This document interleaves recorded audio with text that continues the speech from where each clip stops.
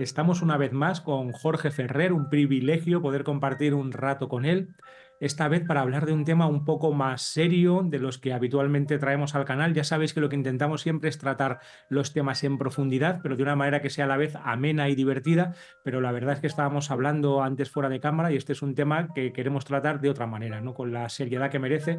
Para mí es muy importante traerlo al canal, ya que yo como psicólogo terapeuta pues he visto en muchas ocasiones personas que han sido devastadas por los abusos de poder, en ocasiones con un elemento incluso sexual, de alguna persona que estaba supuestamente iluminada o que tenía como un aparente conocimiento o poder espiritual.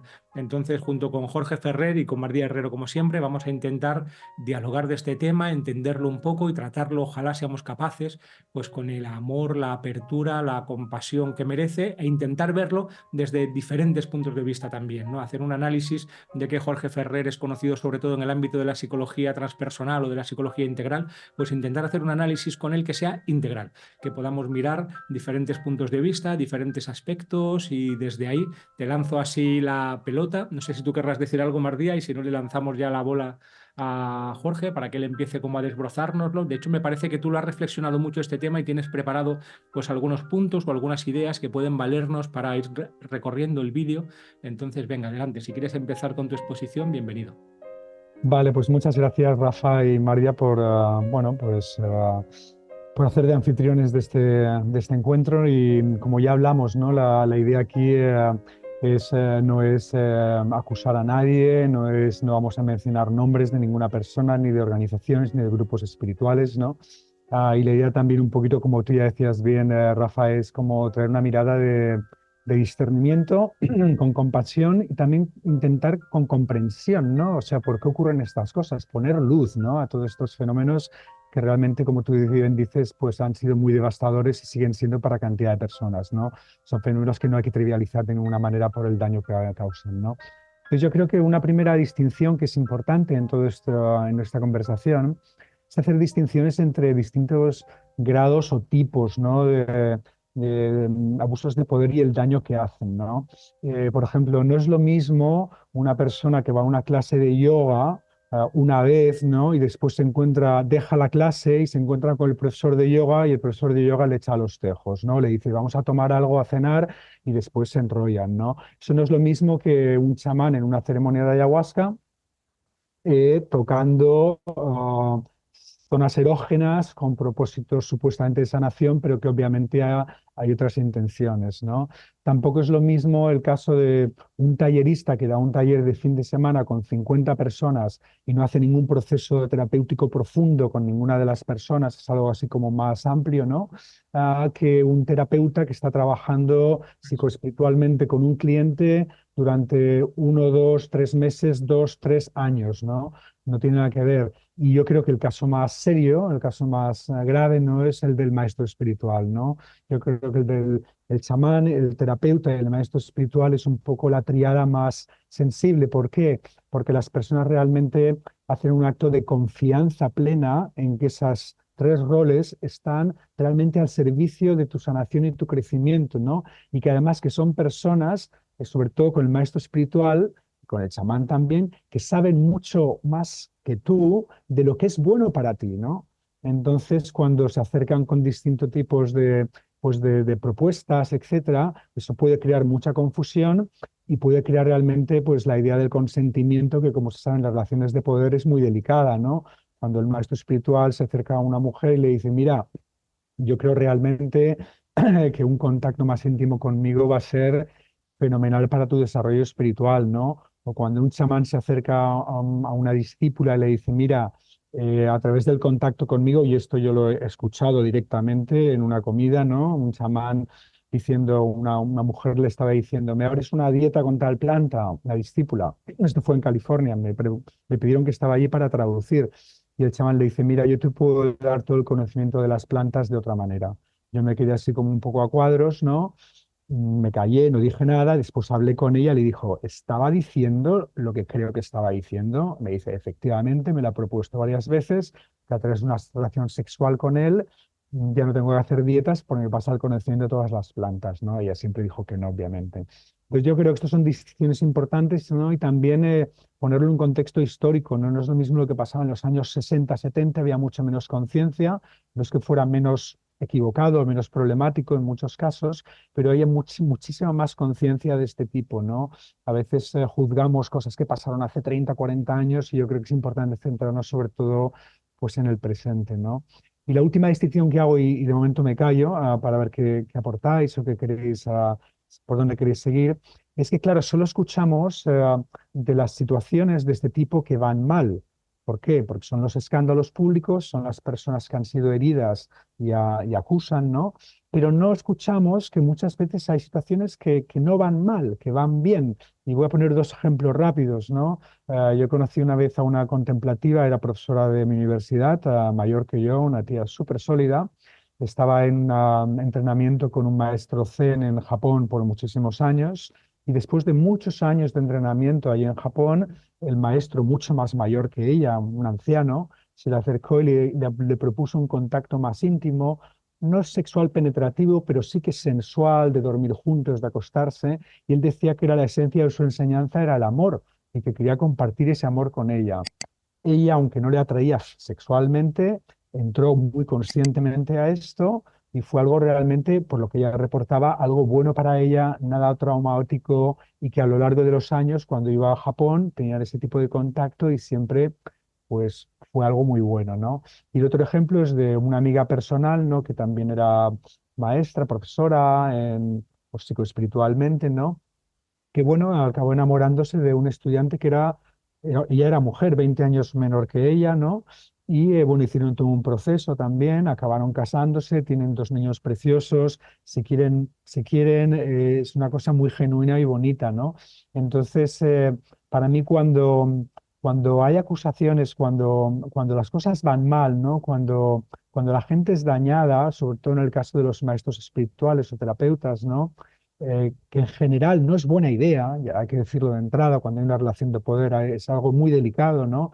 Pero cuando las cosas van mal, a mí lo que me da la impresión, y para mí es un poco la línea divisoria, es que el deseo personal del terapeuta, el deseo personal del maestro espiritual, les ha cegado el discernimiento de poder equilibrar de que ese contacto no va a ser bueno, constructivo para la otra persona, ¿no? Y ahí es el parte del problema. Y luego podemos ver a ver por qué pasan estas cosas. Pero me callo un momentito para reflexiones, comentarios, resonancias. Adelante.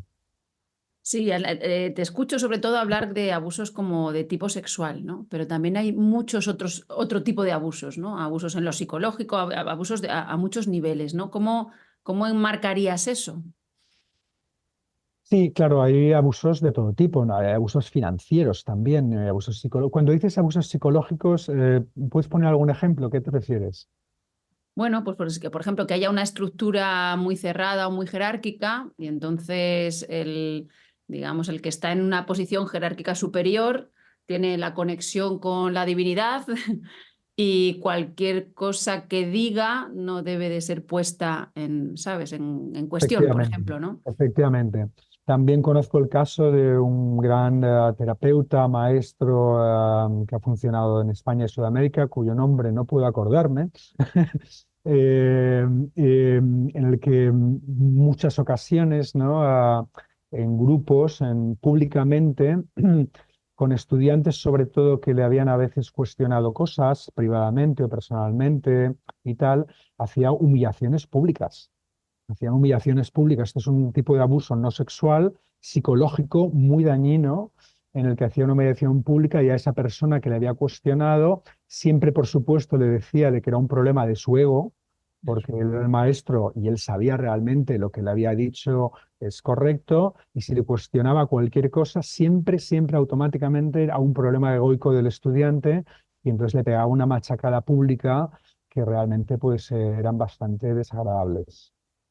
En el psicoanálisis clásico, de hecho, se habla siempre del mecanismo de defensa de la negación. Y en los ámbitos espirituales, bueno, que consiste básicamente en que si el paciente o el analizando niega un señalamiento del terapeuta, eso implica que por negación el terapeuta lleva razón. Y si el analizando o el paciente afirma lo que dice el terapeuta, obviamente lleva razón. Entonces, este tipo de mecanismos un poco tautológicos también los hemos observado mucho en ámbitos espirituales, a través sobre todo de diferentes maneras, como como dice Mardia, este abuso jerárquico desde arriba y también con esta idea del ego, ¿no? Como que de alguna manera hay una parte en ti que está mal, si haces cualquier crítica al gurú, al maestro de turno o al poder establecido o al conjunto de normas vigentes en un determinado grupo, y entonces si obedeces estás bien y cualquier tipo de obediencia o de crítica es tu ego y está mal, ¿no? Entonces es imposible salir como sí, de esa tautología, de esa pescadilla que se muerde la cola. Y tú hablabas de una Efectivamente. gradación como de tipos de abusos, ¿no? Cada vez como parece aparentemente más peligroso, como en círculos concéntricos, hasta llegar al gurú, al maestro o al terapeuta que lleva años, que yo también he visto casos increíbles, ¿no? Recuerdo, por ejemplo, una chica que estuve tratando, que su anterior terapeuta, después de, estando ella casada además, después de acostarse con ella, ya le estaba dando cita para la siguiente sesión, ¿no? Y entonces esto se convertía en una manera, y él lo justificaba todo además de manera teórica también, ¿no? Como un enfrentamiento con tus propios límites, con tu sombra, con una moral caduca, etcétera, para hacerte crecer y evolucionar como persona. Y también en ámbitos espirituales varias veces he visto abusos sexuales clarísimos, incluso en ocasiones con embarazo y queriendo hacer pasar a la pareja de la mujer embarazada la cosa también pues como una gran oportunidad de iluminación para ese hijo bendito que iba a venir al mundo casi como un segundo Jesucristo. O sea, casos que ponen los pelos de punta. Pero yo quiero Sí, introducir también como una segunda gradación que sería algo así el que tiene que ver, a ver cómo entendemos esto, porque es un tema también complejo y delicado, el que tiene que ver con la intención concreta de la persona que está al cargo, porque es verdad que puede ser que tenga puntos ciegos, escotomas de carácter, que estén operando elementos inconscientes, que la propia persona desde sus límites no se dé del todo cuenta de lo que está haciendo, que él realmente se crea su papel y crea que tiene pues eso, una potencia sanadora especial y que a lo mejor a través de su sexualidad o de sus fluidos corporales pues es capaz de dar una transmisión y que realmente se crea eso, pero yo he visto casos en que no, en que la persona sabe perfectamente que está engañando y manipulando y aún así lo hace, es decir, hay una cualidad moral clara. Como decía Sencillo, exacto. tenemos una mismidad y una intención básica y podemos hacer el bien y hacer el mal. Y esto es muy importante decirlo, porque las personas que tenemos una estructura más bien dependencial, o en un Ujú. sentido lacaniano como los neuróticos corrientes, nos cuesta mucho imaginar que haya personas que sean capaces de hacer programas y planes conscientes para acosar a los demás y para abusar de ellos e incluso para abusar de manera sexual. Y entonces nos vamos dejando abusar porque no somos capaces de decir, no, este es una persona, es un psicópata o es una persona con un grado de narcisismo brutal y lo está haciendo de una manera consciente para ir a hacerte daño. Entonces esto Sí. para la mayoría de las personas es tan impensable que van entrando a trapo y acaban convirtiéndose pues, en la víctima perfecta, sobre todo si hay elementos dependenciales de los que se aprovecha el abusador, claro. Sí, aquí ya estamos entrando en las causas subyacentes, que son súper importantes, y esta es una muy importante, ¿no? Que vamos a ir más a fondo. Pero antes quería, algo que has dicho me ha hecho recordar un caso también de una amiga personal que en un taller con un terapeuta, maestro espiritual también, ¿no? Como consagrado en toda la comunidad, ¿no? Pues bueno, el maestro a través de una facilitadora le concedió una entrevista personal. Ella fue allí como, wow, qué maravilla que me ha seleccionado el maestro para una entrevista personal, como sintiéndose súper honrada, ¿no? Habrá visto algo especial en mí, me va a dar un feedback tal, ¿no? Entra ya tal y vamos, básicamente por lo que ya me contó en directo, o sea, de primera mano, el maestro básicamente se abalanzó para tocarle los pechos. Entonces ella le empujó y marchó de allí por patas. Y después lo más grave de todo, y esto es un poquito lo que me ha recordado que has dicho, estas justificaciones, ¿no?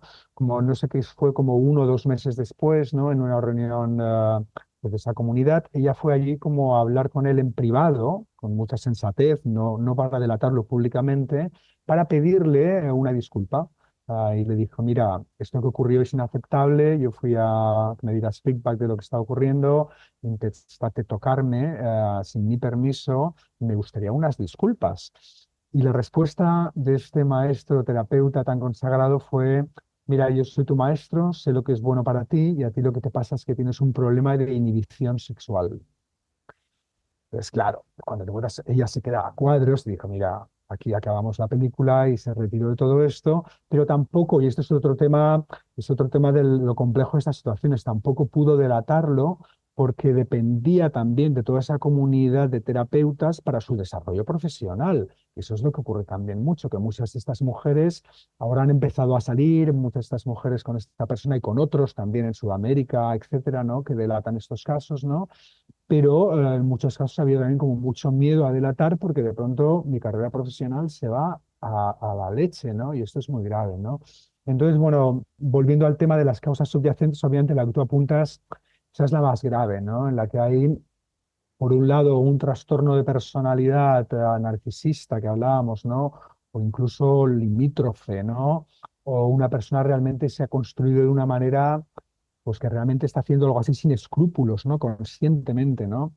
Yo creo que de estas cosas hay, pero yo creo que no hay tantas. Yo creo que es más los casos de la autoilusión, autodecepción, ¿no? Se dice decepción en castellano, autoilusión, autoengaño. Autoengaño. Ujú. El autoengaño, ¿no? En el que la persona realmente cree, ¿no? Que todo lo que hace es mano de santo y que su contacto con esta persona la va a ayudar a iluminar, pero de pronto las cosas van mal y de nuevo es esa falta de discernimiento de qué tal.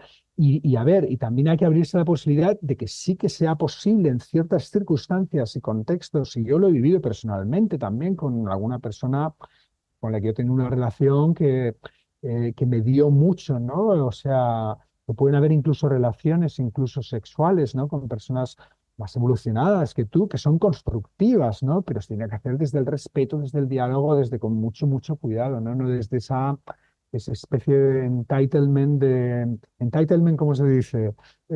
Tengo el título. Sí, sí, Sí, sí, sí. nombramiento, no sé. Sí, me siento cualificado, tengo esas cualidades para que todo lo que hago pues va a iluminar y va a sanar, ¿no? Eso es No puedo abusar bastante. de ti, pero con carné. Exacto. Exacto, exacto, ¿no? Entonces, claro, esas patologías personales también hay, claro, está el otro lado de la ecuación, ¿no? Que no solo están en los maestros, también pueden estar en los estudiantes o discípulos, ¿no? Eso se ve mucho en la jungla, ¿no? En retiros de ayahuasca, que yo también tomé algunos, así tal. A veces hay personas que van allá con trastornos e intentan también seducir al chamán, ¿no? O sea, ¿no? Eso es otro tema, ¿no? Que a veces es bastante complicada la cosa, ¿no? Entonces, bueno, esto es una de las cosas subyacentes, ¿no? Es el narcisismo espiritual, la inflación espiritual. También está la represión sexual, ¿no? Sobre todo en espiritualidades de que sienten de que, pues, bueno, la cantidad de escándalos han sido con personas supuestamente que eran célibes, ¿no? Y que abogaban por el celibato en sus comunidades, ¿no? Para mí ahí hay algo que me habla de que hay una represión sexual, una sublimación no exitosa de esa energía sexual y que al final pues te empieza a gotear de maneras inconscientes, ¿no? Eh, pero bueno, es muy delicado, ¿no? Estos temas, ¿no? Hubo un sacerdote cristiano que se acercó a unas personas con las que yo trabajaba, que trabajaba con la sexualidad, una persona consciente, una persona buena, que decía, mira, estoy sintiendo deseo sexual por los niños y no quiero sentirlo. Me aterroriza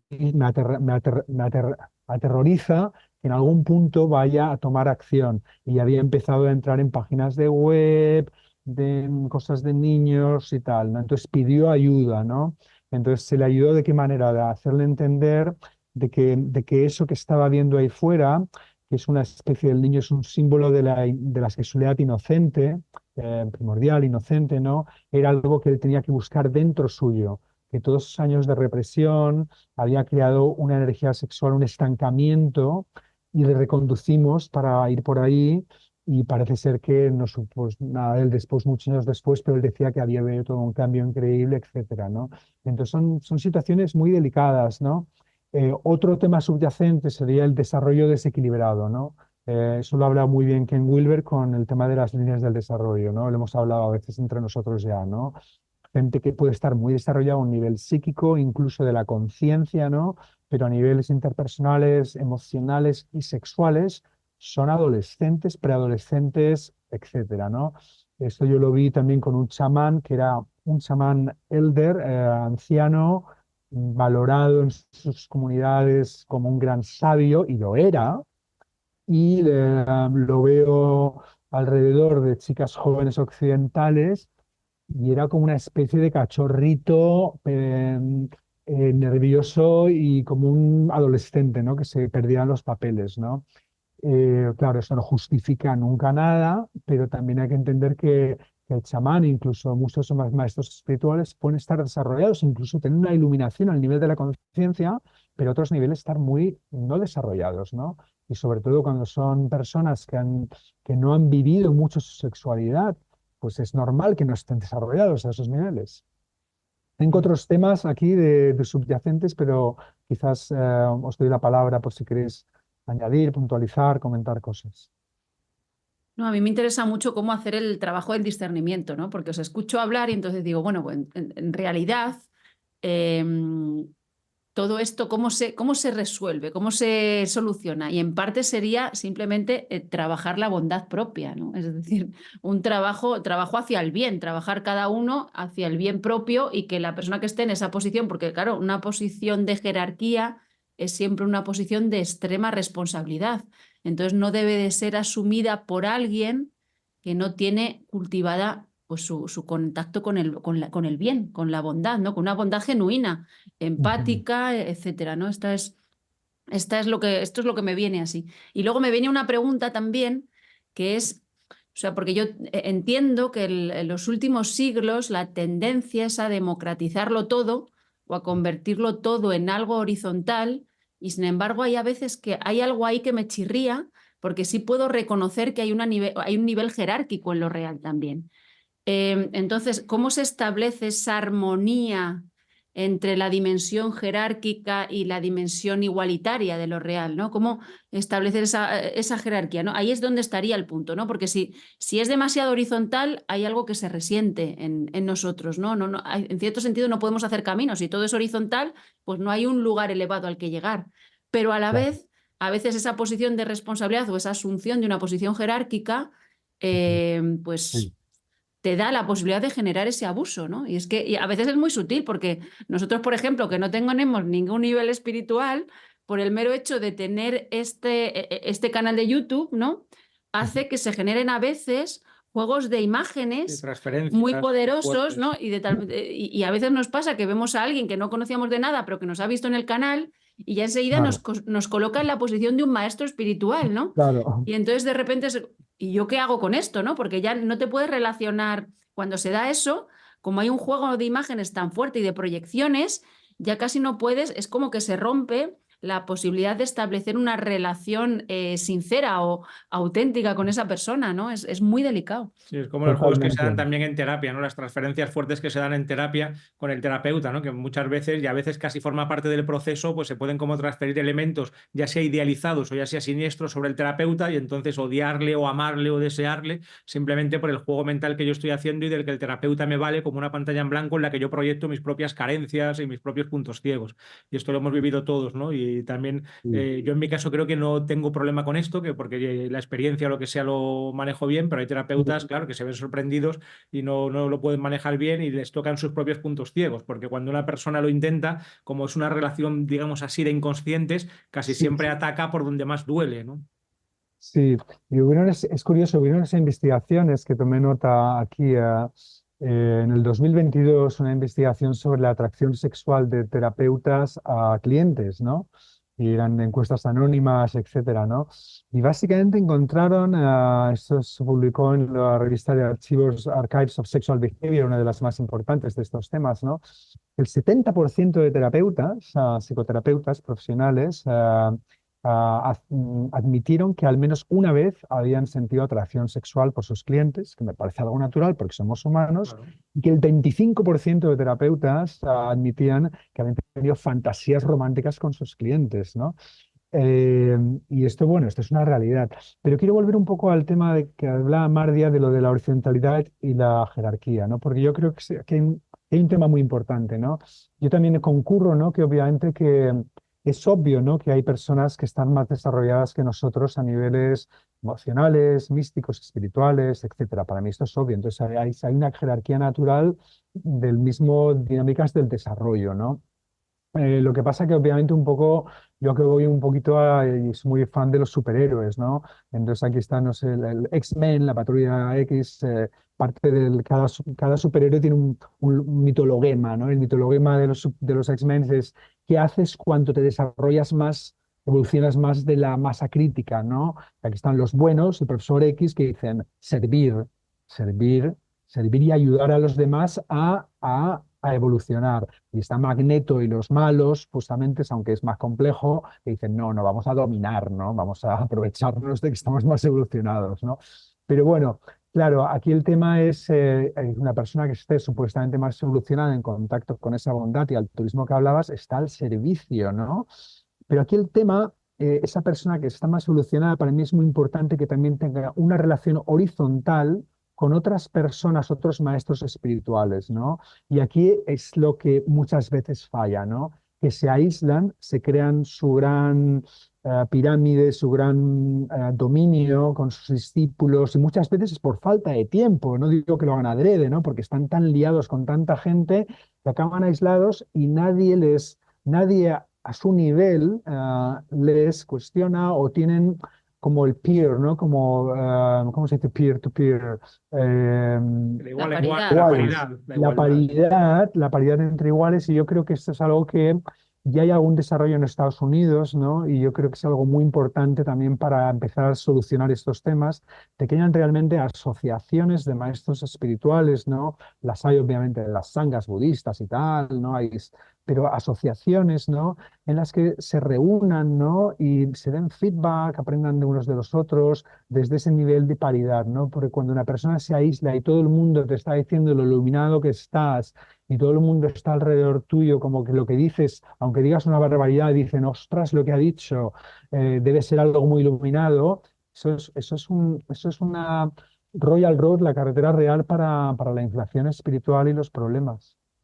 O esto del sindicato que propones casi como un sindicato de maestros espirituales, no sé si es una cosa más seria que has dicho o lo más cómico, una de dos, no, no No, está claro. a mí me parece interesantísimo, Es porque como es lo de los verdad que, X-Men, eso sí ¿no? que, que se parece a lo de los X-Men o algo así, ¿no? Y a Sí, veces hemos conocido, como en posiciones elevadas espirituales, hemos conocido a sí, gente sí, que no sabía relacionarse en lo horizontal, exacto. que solo sabía relacionar en lo vertical. Pero claro, si no te sabes relacionar Sí, en lo o con el horizontal, hay maestro algo de que no, hay arriba algo que o no. con tus discípulos de abajo, pero no hay una relación en la que te haga espejo y en la que puedas como eso, probarte y confrontarte, como tú dices, con personas que estén a tu nivel, ¿no? Y esto lo hemos Exacto. visto bastante, ¿no? Exacto, Sí.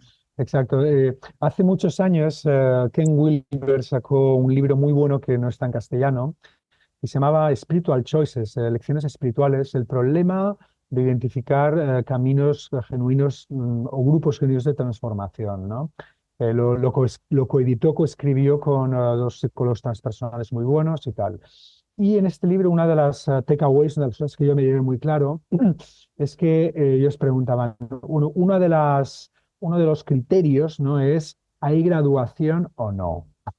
O sea, estás en una escuela en la que en un punto el maestro espiritual te puede llegar a decir, estás graduado, te has iluminado como yo, o a lo mejor incluso más, ¿no? O no. La mayoría de gurús, la mayoría de estructuras de estas que conocemos, esto no se ve casi nada, ¿no? Digo gurús pues más pues de sectarios o incluso gurús terapéuticos, ¿no? Esto sí que ocurre, por ejemplo, en las sangas budistas, ¿no? Sangas budistas o de Zen, ¿no? Pues hay un entrenamiento y a un punto que, oye, pues ya te certifico para que seas maestro de Zen y tal, ¿no? Estás ya a mi altura, ¿no? Y esto es más normal en muchos caminos, ¿no? Pero cuando no hay esa graduación, la otra persona siempre está en un lugar superior y en algunos caminos hindúes, ¿no? Por ejemplo, bueno, gurús que ahora están muertos, que yo creo que sí que se pueden hablar un poco porque ya no están, ¿no? Como Franklin Jones, Adida, por ejemplo, o de estas líneas más de Crazy Wisdom y tal, ¿no? En el que te decían de que él es tu gurú no solo en esta vida, sino en todas las siguientes vidas. O sea, ya no te gradúas no en esta vida, sino va a ser tu gurú en la eternidad, ¿no? Una relación como eterna, ¿no? Y te lo presenta como que va a estar ahí para ayudarte, ¿no? Pero entonces aquí hay algo como que poda la posibilidad, las posibilidades de crecimiento espiritual y de iluminación de sus estudiantes, porque siempre los va a mantener a raya.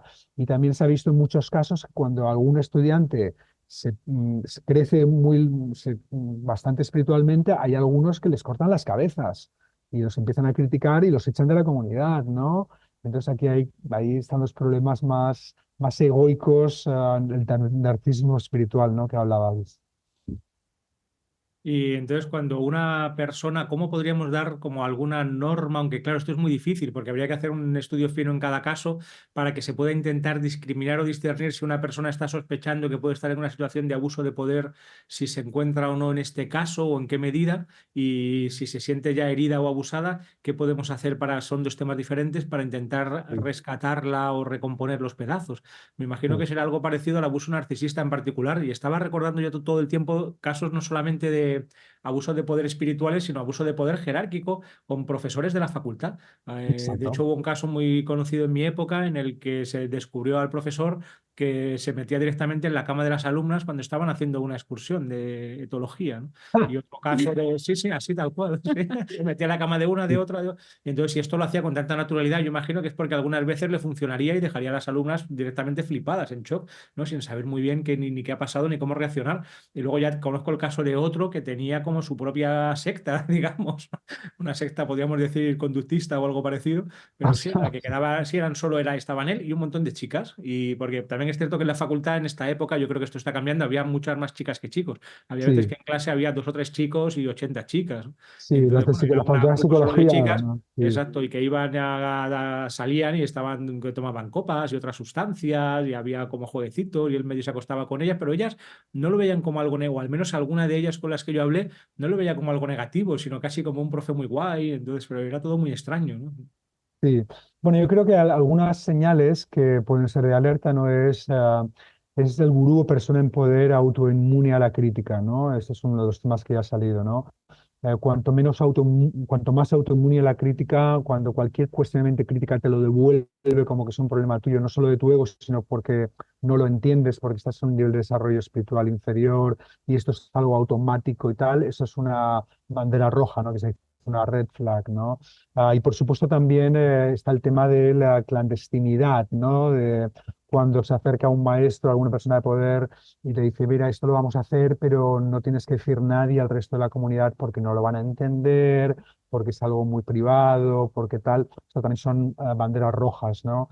Yo creo que aquí también está. Claro, en muchas comunidades espirituales en base a cosas que han ocurrido, han desarrollado protocolos, ¿no? Yo creo que eso está muy bien, ¿no? Protocolos en los que hay un consejo, ¿no? Un consejo al que personas de la comunidad pueden ir cuando tienen dudas sobre algo. El consejo va a este maestro espiritual y hablan con él, ¿no? También hay protocolos claros de, por ejemplo, en Spirit Rock, que es el centro budista más famoso de California, ¿no? Jack Cornfield, gente muy, muy buena trabaja ahí, gente con formación psicoterapéutica también, que esto es importante, ¿no? Eh, Allí tiene un protocolo muy claro, ¿no? Estos son maestros de meditación que trabajan con muchas personas, pero a veces también hay una mentoría de la meditación, entonces dicen, mira, aquí no prohibimos que pueda emerger el amor genuino entre un maestro de meditación y estudiante, pero lo que pedimos es primero que este maestro de meditación consulte con su maestro senior, ¿no? Con su maestro como superior, ¿no? Que esto lo consulte, ¿no? Que vean la situación en particular, que vean a esta persona, que no sea una persona que tenga algún problema mental, por ejemplo, ¿no? Y después piden que haya al menos 3 meses de no contacto como maestro-estudiante y a partir de ahí pues pueden empezar una relación, ¿no? Esto en casos de terapia es mucho más, los protocolos son mucho más serios, ¿no? La Asociación de Psicología Americana habla de 2 años, ¿no? 2 años sin terapia y a lo mejor sin verse antes de empezar una relación. La Asociación de Counselor Americana de 5 años, que eso me parece muy extremo también, ¿no? 5 años, pero claro, todo depende del estado mental del paciente, del tipo de terapia que hicieron, de la vulnerabilidad, En realidad, relaciones de terapeuta con terapeutizada son muy delicadas, ¿no? Incluso casos que han ido bien, ¿no? A veces me han contado, bueno, sí, no, todo bien y tal, ¿no? Pero a veces nos enfadamos por algo y entonces me saca aquello que le dije en terapia, es que esto es tu padre, el trauma del padre, ¿no? Y la otra, no, hombre, eso no me hagas eso, ¿no? Que eso te lo dije en terapia y ahora somos pareja, ¿no? Y cosas de este tipo, ¿no? Que son un poco como, wow, ¿no? Como, pero sí, ¿no? Hay criterios, hay algunos. En ese libro hay, desarrolla una serie de criterios bastante interesantes. Hay graduación también, es otro criterio, ¿no? Y obviamente, pues, claro, cuando hay pues, esa clandestinidad y a lo mejor le está diciendo una persona que es la única con la que tiene este tipo de relaciones, pues se enteran que hay un montón más, ¿no? Ah, Esos son eso. casos claros muy problemáticos, ¿no? Desde luego, ¿no? Hay otro factor aquí que también es importante mencionar, que es el factor cross-cultural, ¿no? Cross-cultural, ¿no? Eso ya en los 60 o los 70 se vio con los gurús que venían de la India, pero hoy se ve más con los chamanes indígenas, ¿no? No justifica para nada el tipo de abuso, pero por ejemplo, yo he leído investigaciones antropológicas bastante bien documentadas, ¿no? De algunos grupos indígenas de la jungla de Perú, en los cuales se ha desvelado, ¿no? Que para un chamán de tal tribu, ¿no? El que una mujer le ría los chistes estando solos es señal de que quiere rollo. De que una mujer le mantenga la visión, el contacto ocular durante un tiempo tal, es señal de que quiere rollo, ¿no? Obviamente, personas que están trabajando con occidentales tienen que aprender los códigos de Occidente y no hacer estos errores, si no, no deberían trabajar. Pero bueno, hay a veces que hay casos que se escapan a que la persona es mala o a una abusadora, a veces hay casos de confusión crosscultural, que normalmente se mezclan con casos de deseo personal y de que los indígenas vienen las mujeres liberadas sexuales de Occidente y dicen, ostras, aquí nos vamos a poner las botas, y esto ocurre un montón, ¿no? Desafortunadamente, ¿no? Y obviamente tampoco es lo mismo cuando un chamán, después de trabajar con una persona, se acerca a ella y le dice, me interesas, que cuando en medio de una ceremonia con enteógenos, con una ayahuasca, que la persona está en un estado alterado de conciencia, con vulnerabilidad total, se le acerca para sanar o se le mete en el saco de dormir a abrazarla y tocarla. Esto sí que es totalmente inaceptable de cualquier manera, ¿no? Entonces hay muchos factores aquí, ¿no? Sí, sí.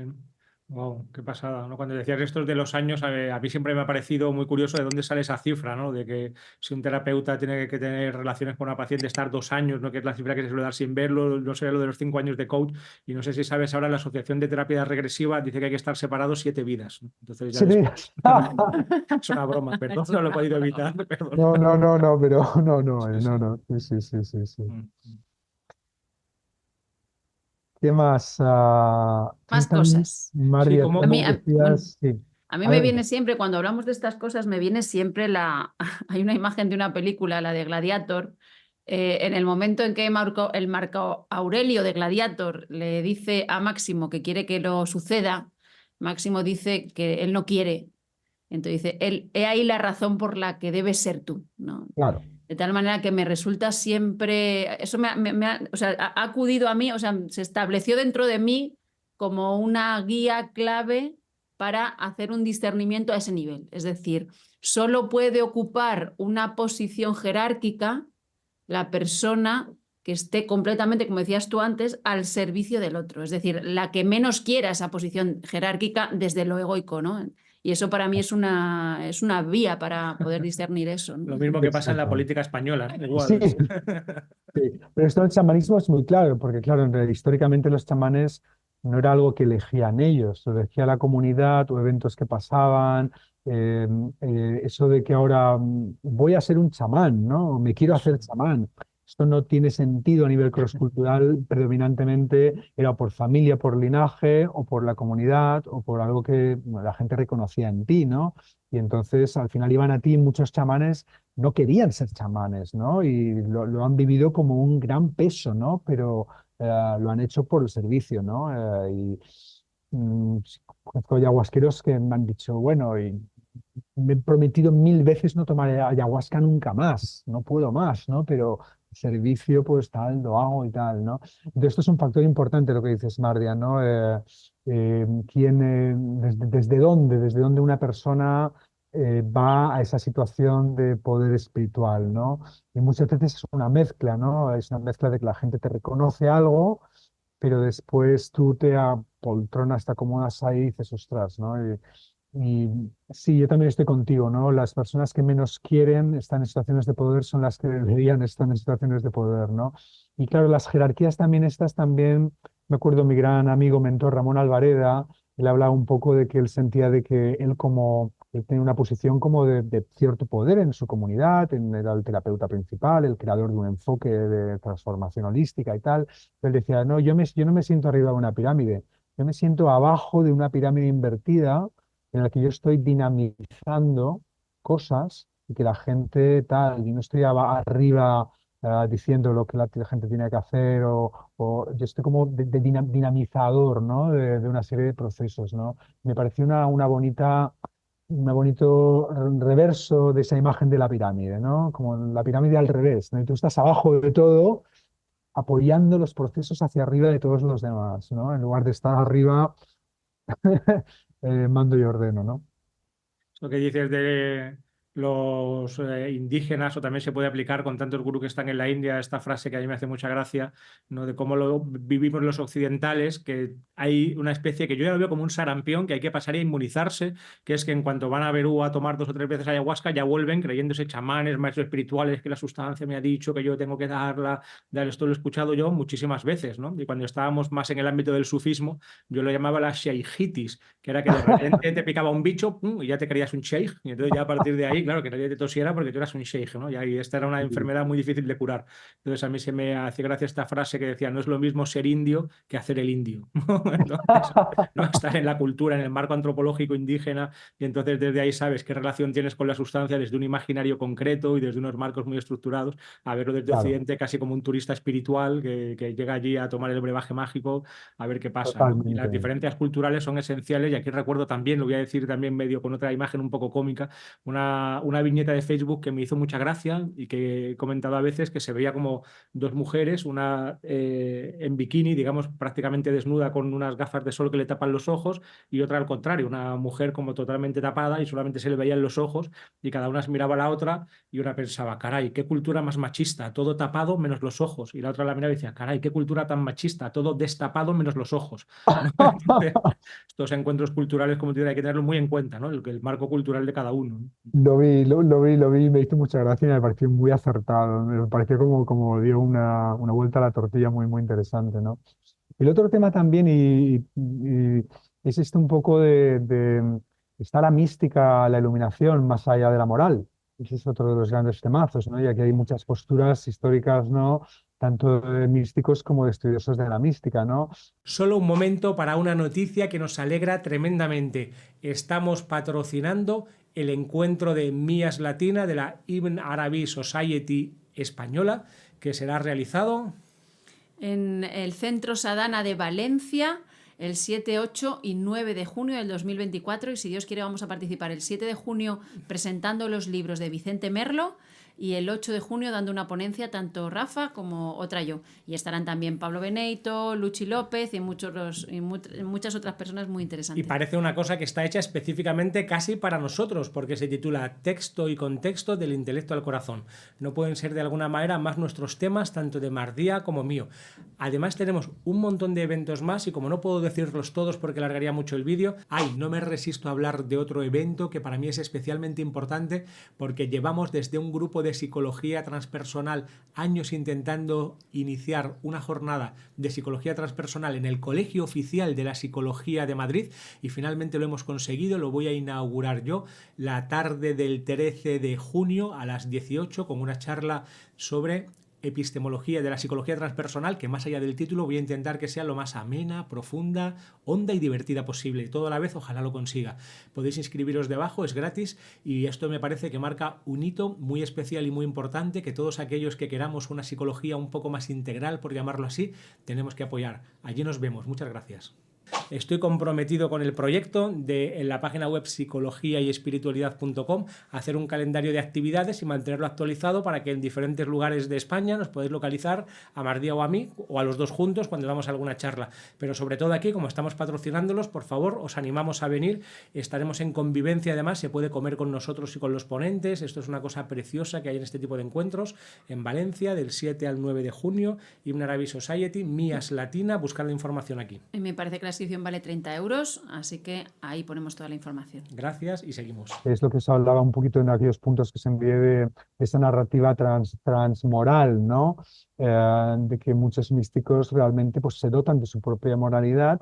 Si realmente aceptamos que hay líneas del desarrollo, como dice Wilber y muchos otros psicólogos del desarrollo, que hay un desarrollo pues, preconvencional, convencional, donde estamos todos, y nosotros postconvencional, pues es factible de que haya personas que se hayan desarrollado más a un nivel ético, moral, espiritual, y que su moral no obedezca la moral de la masa crítica, ¿no? Y aquí esto lo puede ser desconcertante en algunos casos, pero por otro lado, claro, aquí está la distinción, hasta qué punto esta persona que reivindica una transmoralidad, lo que pasa es que se ha convertido en un ser amoral. Eso. Amoral, desde a lo mejor incluso un estado de realmente de despertar de la conciencia, y hay estados de despertar de la conciencia. Yo vi algunos episodios en mi juventud en California, después de leer el primer libro de Derrida, Franklin Jones, que es un maestro muy potente. Me llevó como dos semanas de iluminación amoral, ¿no? ¿Qué es esto, ¿no? O sea, todo tal, ¿no? Y esto también está, también, como os comentaba un poco, a veces está relacionado con cómo se concibe ese principio último o realidad última, como si es algo que tiene una moralidad o no. Y aquí también hay cantidad de discusión. Obviamente en las tradiciones más teístas hay una moralidad que se atribuye, ¿no? A Dios, ¿no? A ese Dios personal, porque también es personal. Pero en espirituales más monistas, por ejemplo, está menos claro, ¿no? No sé si os acordáis Charles Manson, el famoso gurú sectario, ¿no? Que cometieron asesinatos, intentó asesinar al presidente de Estados Unidos. Él decía una cosa que a mí siempre quedó muy clavada, dijo algo así como, bueno, si Dios es uno y si todos somos uno, eh, ¿dónde está lo malo o qué es lo malo? Porque todo es parte de Dios. Y es como, wow, ¿no? Como fuerte, ¿no? La cosa, ¿no? Y ahí han habido bastantes abusos con este tipo de confusiones, ¿no? Lo monístico también se puede leer como todos somos uno, entonces no hago a nadie lo que no quieren que me hagan a mí. Pero tiene lecturas más amorales, incluso en la historia del hinduismo clásico hay relatos que dices, ostras, ¿no? De carnicerías tal, y que Krishna y tal, ¿no? Entonces hay cosas muy, muy, muy delicadas, ¿no? Aquí. Claro. Una distinción entre absoluto y relativo que a nosotros nos gusta mucho, que también es una distinción bastante convencional. Entonces, si alguien realmente está en ese nivel, ¿no? En un nivel no dual de identificación plena con lo absoluto, pues tal vez, ¿no? Pero en la medida en que también estamos en un mundo con forma y relativo, pues a mí me cuesta mucho, tal vez por mis propios límites, que estoy muy poco iluminado, esta distinción o esta que tú dices de una espiritualidad más allá del bien y del mal, ¿no? Esto Claro, para... sí, pero Claro, claro, el porque hay más que allá, acoger siempre sí, la dimensión Claro, relativa. Es porque que lo verdaderamente no claro, dual, como yo lo entiendo, es acogiendo lo claro, relativo, ¿no? claro. Como algo que tiene Pero, sentido en sí claro, mismo también. sí, pero el más allá del bien y del mal, claro, desde esa narrativa transmoral, dicen más allá del bien y del mal convencional. Ya, Estamos ya, hablando del bien y eso el sí, mal distinto, ¿no? claro. Hay todo tipo de historias en el budismo, ¿no? El Buda recordó una vida anterior en la que él asesinó al capitán de un barco para salvar, que iba a matar a todos los tripulantes, y estuvo haciendo ese ejercicios hasta que su intención era muy pura y mató al capitán del barco, ¿no? Desde la intención pura, ¿no? Para salvar a los otros, ¿no? Pero cometió un asesinato, ¿no? Entonces hay una serie de cosas muy delicadas, ¿no? Antes, Mardia, tú habías dicho algo que también me gustaría también traerlo, ¿no? Que es que toda esta conversación es algo que todos nos tenemos que plantear nosotros, ¿no? Todos, Eso. todo el tiempo, ¿no? Y ya habéis hablado cómo os proyectan cosas en vosotros por el problema que tenéis y tal. Yo también me han proyectado cosas a veces en mi universidad, porque en la universidad psicoespiritual o por también programas que hacemos, ¿no? Y entonces, ¿cómo lo gestionamos todas estas cosas, ¿no? Os lo pregunto yo a ti a vosotros, ¿cómo gestionáis cuando os proyectan estas cosas? No, pues como podemos malamente, improvisando como todos, ¿no? Yo lo que hago es un marco muy claro y normalmente tengo muy separado el ámbito profesional de mi ámbito personal. Claro, Entonces es muy raro que yo tenga relaciones personales fuera del ámbito de la terapia con las personas claro, con las que estoy trabajando.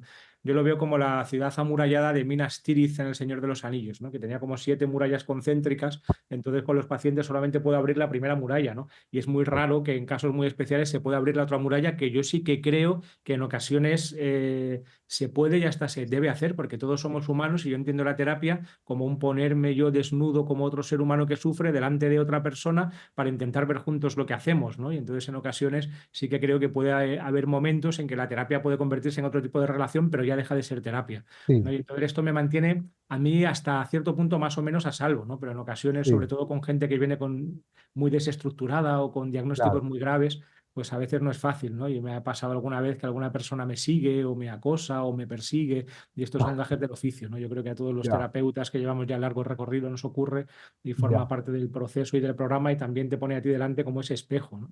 ¿Y tú, Martía, qué dirías? Sí, O sea, para mí lo más importante en general, y yo creo que mi compromiso tiene que ver como con el intento de ser lo más sincera Eso. posible. Entonces, cuando estás delante de un otro y puedes ser sincera, pues poco a poco ese límite tan grande, ¿no? Esa muralla que se ha puesto, porque en el fondo es una muralla lo que se pone cuando hay una proyección excesiva de imagen, pues ujú, la muralla se va desestructurando y se va cayendo, ¿no? Entonces sería un sí, trabajo sobre todo con la sinceridad. Y yo creo que esa es también como la vocación de mi escritura o de mi literatura tiene que ver justo con eso, porque me parece que cuando uno es sincero hace trabajo espiritual, porque la sinceridad te conecta con la verdad sí, última y a la vez permite que el otro se pueda acercar humanamente a ti desde sus propios límites porque entiende tus límites, ¿no? Así tú te abres, ¿no? sí, Si tú eres sincero, el otro puede ser sincero contigo también, ¿no? sí, Y luego tenemos ya totalmente. la técnica final, ¿no? La que nunca falla, ¿no? La La de técnica ir con los absoluta. niños a los Exacto. sitios. Es que si alguien nos idealiza o nos idolatra como maestros espirituales o como que tenemos algo, vamos con los 5 niños y entonces nos ven ahí como gritarnos, enfadarnos, niños, no hagas esto, no hagas lo otro, y entonces ya toda idolatrización cae al suelo, ¿no? Esto no falla nunca. Sí, Sí, para mí la maternidad y todo el trabajo familiar es sin claro, duda también una cura sí, para mis Claro. propios procesos como de narcisismo espiritual, ¿no? Porque sí, me baja la realidad todo el rato sí, y también para mis tendencias a fliparme, porque claro, yo de más jovencita a veces es que o sea, es como que me iba, ¿no?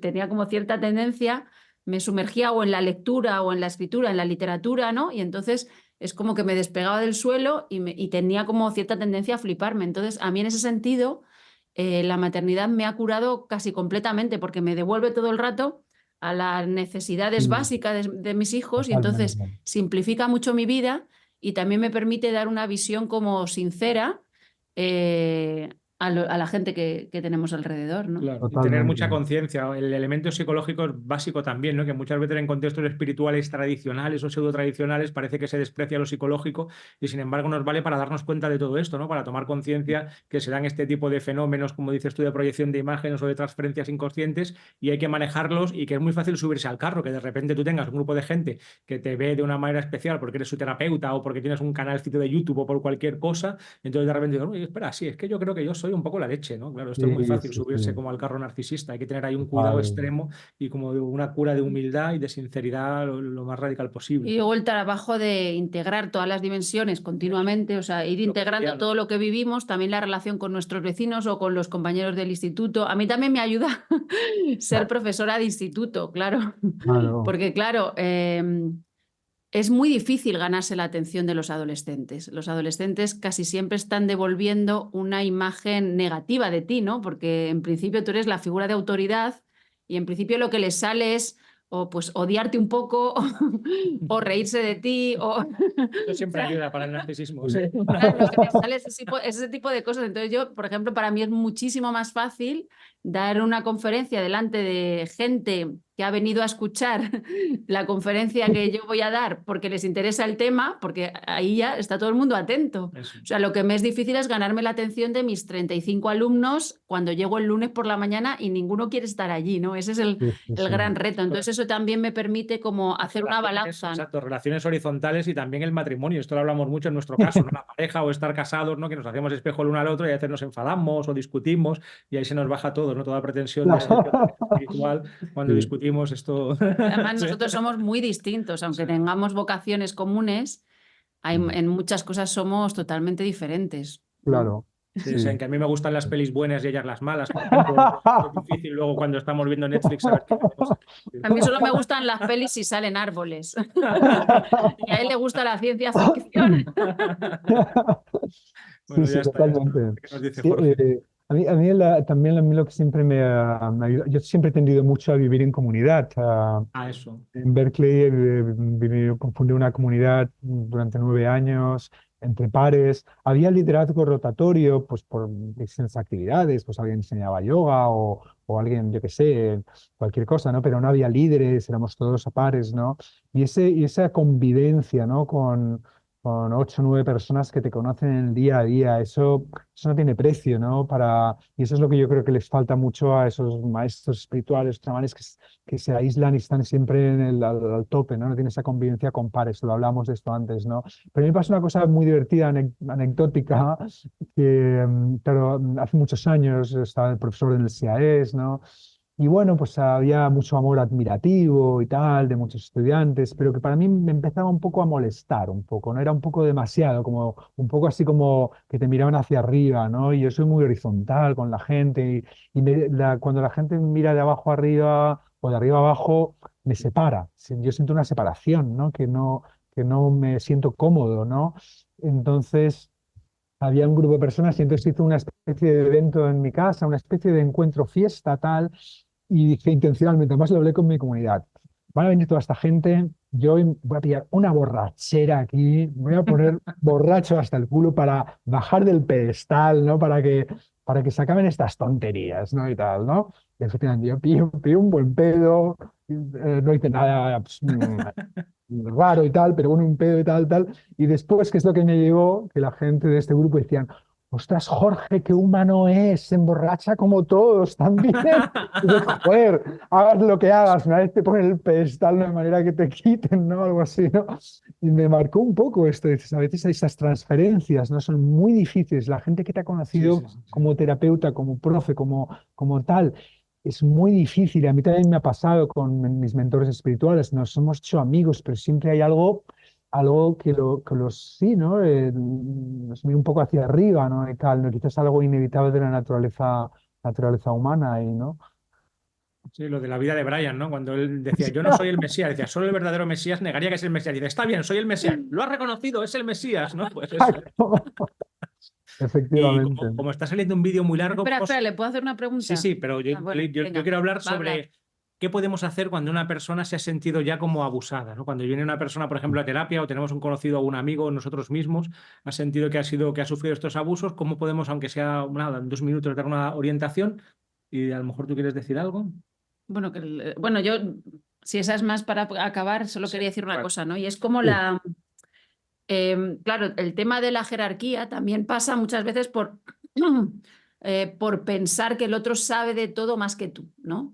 Entonces eso nos lleva a la pregunta última de si existe la conexión pura o si en ujú, último extremo esa conexión del maestro espiritual superiluminado tiene siempre alguna dimensión contextual y tú, por mucho que estés en un nivel más bajo de realización espiritual, en ciertos elementos o en contacto contigo mismo, a veces puedes ver cierta situación con una amplitud mayor que la que tiene ese maestro espiritual, ¿no? por Para supuesto. maestros del pasado, por ejemplo, ocurre eso, ¿no? Que a lo mejor tienen un nivel de iluminación espiritual obvio viendo su vida, la entrega a lo mejor que han tenido hacia los demás o hacia su proyecto espiritual, pero luego a la vez tienen las limitaciones cosmovisionales, a veces Por supuesto. míticas o arcaicas de su época, ¿no? Por supuesto, y sigue ocurriendo, ¿no? Yo por eso siempre digo que mi filosofía es tan participativa, que todos somos maestros y estudiantes. Podemos aprender de todo el mundo y seguro que hay algo, aunque sea muy sencillo, que puedo enseñar a todo el mundo, ¿no? Y los maestros espirituales, por supuesto, que tienen muchísimas cosas que aprender, obviamente, ¿no? De todas las personas, ¿no? A lo mejor, pues, de cosas interpersonales o de miles de cosas, ¿no? Entonces yo creo que esa es otra criterio fundamental, ¿no? Es un maestro que realmente se siente omnisciente, omnipotente, ¿no? O realmente es una persona que se siente que está en un camino de indagación personal, de crecimiento, de sanación, y porque ese camino para mí es infinito. No hay, incluso aunque una persona pueda vivir una liberación en la conciencia en otros niveles muy clara, muy pristina, muy de estar, yo qué sé, pensemos alguien que está en el aquí, el ahora, el eterno ahora, plenamente, ¿no? Eso no significa que no tenga cosas por sanar, ¿no? A otros niveles, ¿no? O eso no significa que un estudiante o un amigo le pueda decir, oye, noto ciertos sesgos patriarcales cuando hablas con las mujeres, por ejemplo, ¿no? Eh, en la India, ¿no? Por ejemplo, pues cantidad de gurús iluminados, pero también están con unos valores, ahí entra el tema de la cultura y la espiritualidad, valores homofóbicos, valores misógenos, valores que en Occidente diríamos, hostia, este tío es un maestro espiritual, pero es un maestro espiritual en su línea de pensamiento, ¿no? Bueno, sí, yo creo que podríamos ir ya acabando. ¿Cuál era el Sí, último tema? pues si alguien nos está viendo que considere que ha sufrido abusos o conoce algún caso parecido, ¿no? Siempre sabiendo lo difícil que es discriminar, hasta qué punto estos abusos, ¿no? Como decimos, es todo un espectro, y puede haber muchos enfoques, pues ¿qué puede hacer? Por Ujú. ejemplo, ir a terapia, ¿no? Para mí sería ir a Sí. terapia con un terapeuta fuera del contexto del grupo en el que se encuentra, ¿no? Esto para mí sería tal vez un primer consejo básico, ¿no? Fundamental, porque además el terapeuta también es una persona que también está en una situación de poder percibido, pero si es un buen terapeuta, obviamente, y no lo va a retraumatizar la persona, Eso. un buen terapeuta, precisamente es una de las maneras en que esa situación de poder puede ayudar a contrarrestar todo ese daño que le hizo otra persona en la situación de poder, ¿no? Por compensación. Esta persona que realmente está ahí con bondad, con empatía, al servicio de su sanación, etcétera, ¿no? Depende del tipo de abuso que ha sido. Por ejemplo, si ha sido un abuso muy serio sexual, también hay, claro, habría que también tratar el tema del abuso sexual de otras maneras, que la terapia probablemente verbal solo no va a llegar, ¿no? Pero bueno, son temas más amplios, delicados, ¿no? Y también, obviamente, es muy importante animar a esta persona a compartir lo que le ha ocurrido mientras se protege de una manera protegida, ¿no? A lo mejor es primero de una manera anónima, conversar con personas de esa comunidad de confianza, hablar con si hay alguna otra persona, compartir, a salir de ahí, ¿no? Porque muchas veces el ostracismo, el autoostracismo, eso es lo que lo hace incluso peor, ¿no? No lo hablan con nadie por miedo, ¿no? A veces miedos desafortunadamente injustificados, ¿no? Pero sí el compartir todo esto, el terapeuta, la comunidad de apoyo, y en un momento dado, obviamente, pues si hay que cortar, ¿no? Con ese tipo de comunidad, ese tipo de maestro, pues obviamente pues apoyarles a un proceso de separación consciente del maestro. Aquí hay un terapeuta, lo último que digo ya, Greg Bogart, gran amigo mío, que es psicólogo transpersonal. Él escribe un libro muy bonito que se llama Separating from a Spiritual Teacher, y un artículo también, ¿no? De 10 estadios de cómo una separación consciente con tu maestro espiritual, por razones de este tipo o por razones de tu propia individuación espiritual, ¿no? Entonces hay mapas también, ¿no? Para todo esto, pero el apoyo terapéutico fundamental, desde luego. Qué interesante. Esto se llamaba tradicionalmente en el sufismo o en algunos grupos sufíes el destete, ¿no? Que hay que El también a veces destete, tener el proceso de destete. el destete Eh, espiritual. Eso es. Bueno, yo me atrevo a sugerir que si alguien cree que le puede ser útil, nosotros leemos todos los comentarios que dejáis en el canal. A veces no podemos responder todos si son complejos, pero si alguien quiere contar o aportar cualquier idea, sugerencia, crítica o experiencia personal, bienvenido, y lo leeremos con todo nuestro cariño y toda nuestra atención, Martía y yo. Y también invito a Jorge a que se pase por los comentarios en alguna ocasión a leerlo. Si os ha gustado, tenemos otros 2 vídeos con él que podéis buscar, hablando de Novogamia, una de sus últimas obras publicadas, y otro en el que hablamos sobre psicología transpersonal en general, que es, en mi opinión, uno de los vídeos más bellos y profundos que tenemos publicados en toda nuestra trayectoria en el canal de YouTube. También sabéis que tenemos la web psicologiayespiritualidad.com, donde anunciamos algunos de nuestros cursos, que ya tenemos 3 y un montón más en marcha. También hacemos un proceso con Patreons y miembros. Tengo que decir esto siempre para dar sentido a nuestro trabajo, en el que por una pequeña cantidad al mes tenemos una reunión privada, María y yo, en el que dialogamos entre todos y vamos creciendo y aprendiendo, y además de manera totalmente horizontal, ¿no? Los que estamos haciendo esto nunca hay un programa, sino que alguien va hablando, cuenta algo, otro cuenta algo al hilo, y Martí y yo somos uno más en una comunidad horizontal muy bonita que se está creando con los Patreons y miembros, y creo que lo más barato son 3 euros al mes, que es un apoyo al canal, o 14 lo más caro, hay como varios niveles. ¿Y qué más? Suscribíos al canal si no lo estáis y os interesa nuestro contenido, así también nos apoyáis, se agradece mucho. Dejadnos likes, compartid el vídeo con otras personas que creáis que les puede interesar. ¿Y alguna última palabra que queráis aportar? Yo darle las gracias a Jorge. Igual tú tienes alguna última cosa que decir, porque ayer nos planteaste como posibilidades para el diálogo y no sé si las hemos desarrollado todas, Jorge. Bueno, yo creo que hemos cubierto muchísimo territorio, ¿no? Entre los tres, y lo único que diría es, bueno, acabar de nuevo, ¿no? Como en estos temas, ¿no? Yo creo que es muy importante venir con una actitud de firmeza, de no justificar nada, de tolerancia cero, por un lado, pero también con una actitud de no enjuiciamiento moral que nos sitúa en un lugar Eso. superior. Esto lo hablábamos también con Mardia y con vosotros, ¿no? Sino desde el discernimiento, incluso intentar comprender algo siempre. Claro, yo soy un poco inocente igual, yo siento que todo el mundo es bueno, ¿no? Como decía aquel programa de televisión, ¿no? Que en el fondo somos todos buenos, ¿no? Que la maldad es algo reactivo al sufrimiento, ¿no? Como dice Thich Nhat Hanh, que que a lo mejor nacimos en ciertas circunstancias y seríamos el pirata que viola a la niña en el barco, ¿no?